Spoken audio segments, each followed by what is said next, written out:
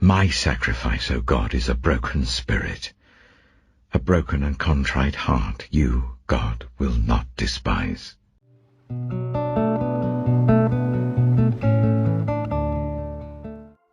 Leviticus chapter 14. The Lord said to Moses, "These are the regulations for any diseased person at the time of their ceremonial cleansing when they are brought to the priest. The priest is to go outside the camp and examine them. If they have been healed of their defiling skin disease, the priest shall order that 2 live clean birds and some cedar wood, scarlet yarn and hyssop be brought for the person to be cleansed. Then the priest shall order that 1 of the birds be killed over fresh water in a clay pot. He is then to take the live bird and dip it, together with the cedar wood, the scarlet yarn and the hyssop, into the blood of the bird that was killed over the fresh water. 7 times he shall sprinkle the one to be cleansed of the defiling disease, and then pronounce them clean. After that he is to release the live bird in the open fields. The person to be cleansed must wash their clothes, shave off all their hair and bathe with water. Then they will be ceremonially clean. After this they may come into the camp, but they must stay outside their tent for 7 days. On the 7th day they must shave off all their hair. They must shave their head, their beard, their eyebrows, and the rest of their hair. They must wash their clothes and bathe themselves with water, and they will be clean. On the 8th day they must bring 2 male lambs and 1 ewe lamb, a year old, each without defect, along with 3/10 of an ephah of the finest flour mixed with olive oil for a grain offering, and 1 log of oil. The priest who pronounces them clean shall present both the one to be cleansed and their offerings before the Lord at the entrance to the tent of meeting. Then the priest is to take 1 of the male lambs and offer it as a guilt offering, along with a log of oil. He shall wave them before the Lord as a wave offering. He is to slaughter the lamb in the sanctuary area where the sin offering and the burnt offering are slaughtered. Like the sin offering, the guilt offering belongs to the priest. It is most holy. The priest is to take some of the blood of the guilt offering and put it on the lobe of the right ear of the one to be cleansed, on the thumb of their right hand, and on the big toe of their right foot. The priest shall then take some of the log of oil, pour it in the palm of his own left hand, dip his right forefinger into the oil in his palm, and with his finger sprinkle some of it before the Lord 7 times. The priest is to put some of the oil remaining in his palm on the lobe of the right ear of the one to be cleansed, on the thumb of their right hand, and on the big toe of their right foot, on top of the blood of the guilt offering. The rest of the oil in his palm the priest shall put on the head of the one to be cleansed, and make atonement for them before the Lord. Then the priest is to sacrifice the sin offering, and make atonement for the one to be cleansed from their uncleanness. After that the priest shall slaughter the burnt offering, and offer it on the altar, together with the grain offering, and make atonement for them, and they will be clean. If, however, they are poor, and cannot afford these, they must take 1 male lamb as a guilt offering to be waved to make atonement for them, together with 1/10 of an ephah of the finest flour mixed with olive oil for a grain offering, a log of oil, and 2 doves or 2 young pigeons, such as they can afford, 1 for a sin offering and the other for a burnt offering. On the 8th day they must bring them for their cleansing to the priest at the entrance to the tent of meeting before the Lord. The priest is to take the lamb for the guilt offering together with the log of oil, and wave them before the Lord as a wave offering. He shall slaughter the lamb for the guilt offering, and take some of its blood and put it on the lobe of the right ear of the one to be cleansed, on the thumb of their right hand, and on the big toe of their right foot. The priest is to pour some of the oil into the palm of his own left hand, and with his right forefinger sprinkle some of the oil from his palm 7 times before the Lord. some of the oil in his palm. He is to put on the same places he put the blood of the guilt offering, on the lobe of the right ear of the one to be cleansed, on the thumb of their right hand, and on the big toe of their right foot. The rest of the oil in his palm the priest shall put on the head of the one to be cleansed, to make atonement for them before the Lord.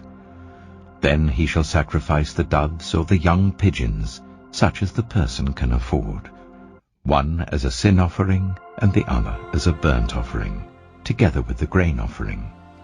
In this way the priest will make atonement before the Lord on behalf of the one to be cleansed. These are the regulations for anyone who has a defiling skin disease and who cannot afford the usual offerings for their cleansing. The Lord said to Moses and Aaron, "When you enter the land of Canaan, which I am giving you as your possession, and I put a spreading mold in a house in that land, the owner of the house must go and tell the priest, 'I have seen something that looks like a defiling mold in my house.' The priest is to order the house to be emptied before he goes in to examine the mold, so that nothing in the house will be pronounced unclean.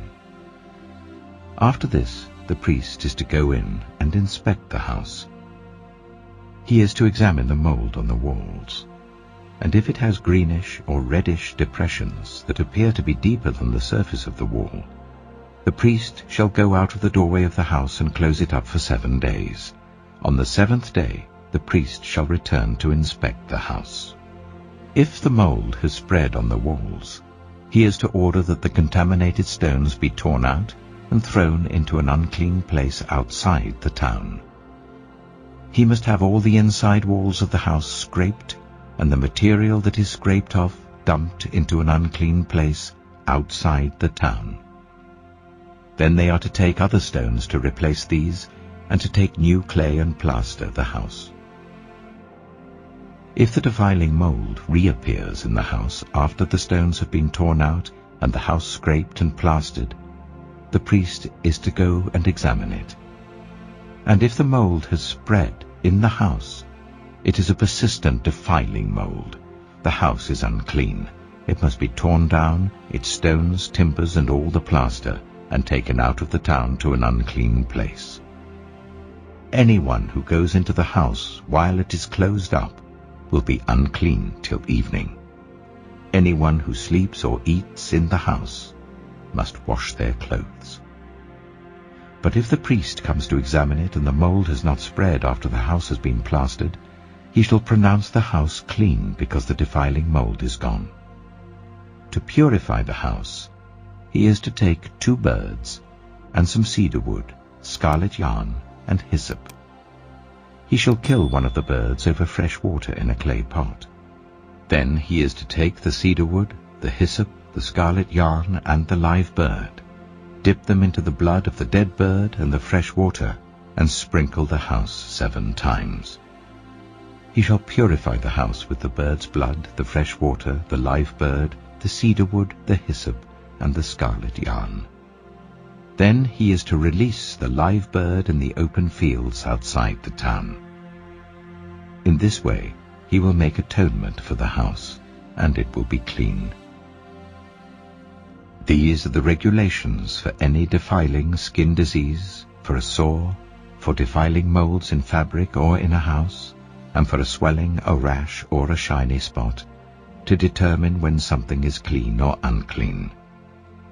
These are the regulations for defiling skin diseases and defiling molds. Leviticus chapter 15.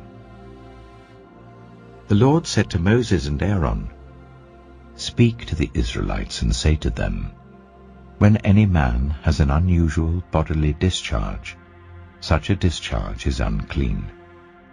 Whether it continues flowing from his body or is blocked, it will make him unclean.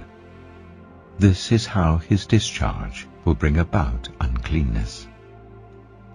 Any bed the man with a discharge lies on will be unclean, and anything he sits on will be unclean. Anyone who touches his bed must wash their clothes and bathe with water, and they will be unclean till evening. Whoever sits on anything that the man with the discharge sat on must wash their clothes and bathe with water, and they will be unclean till evening. Whoever touches the man who has a discharge must wash their clothes and bathe with water, and they will be unclean till evening.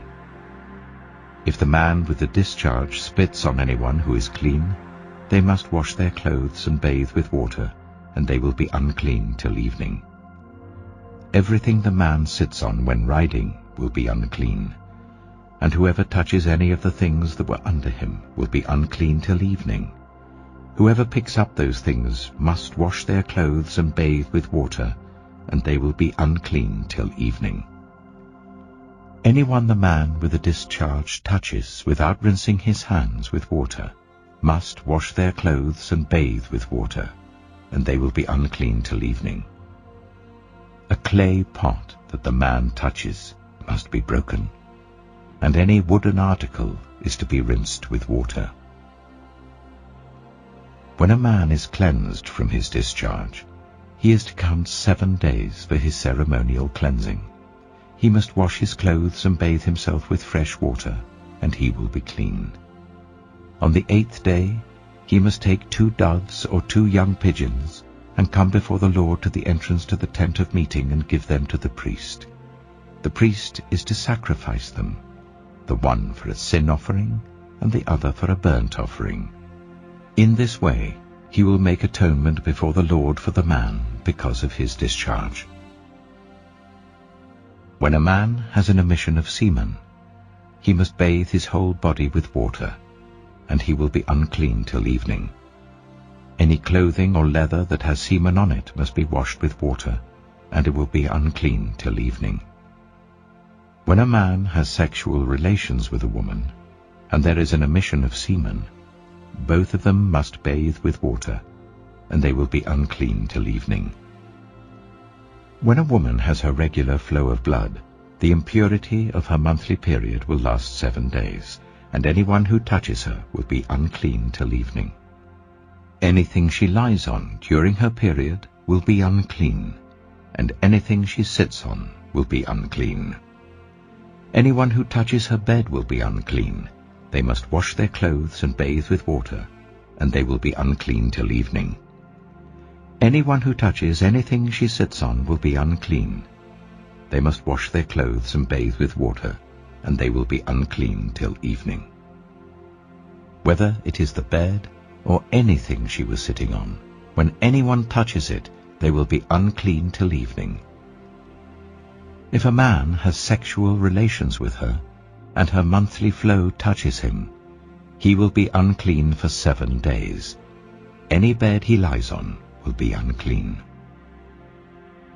When a woman has a discharge of blood for many days at a time other than her monthly period, or has a discharge that continues beyond her period, she will be unclean as long as she has the discharge, just as in the days of her period.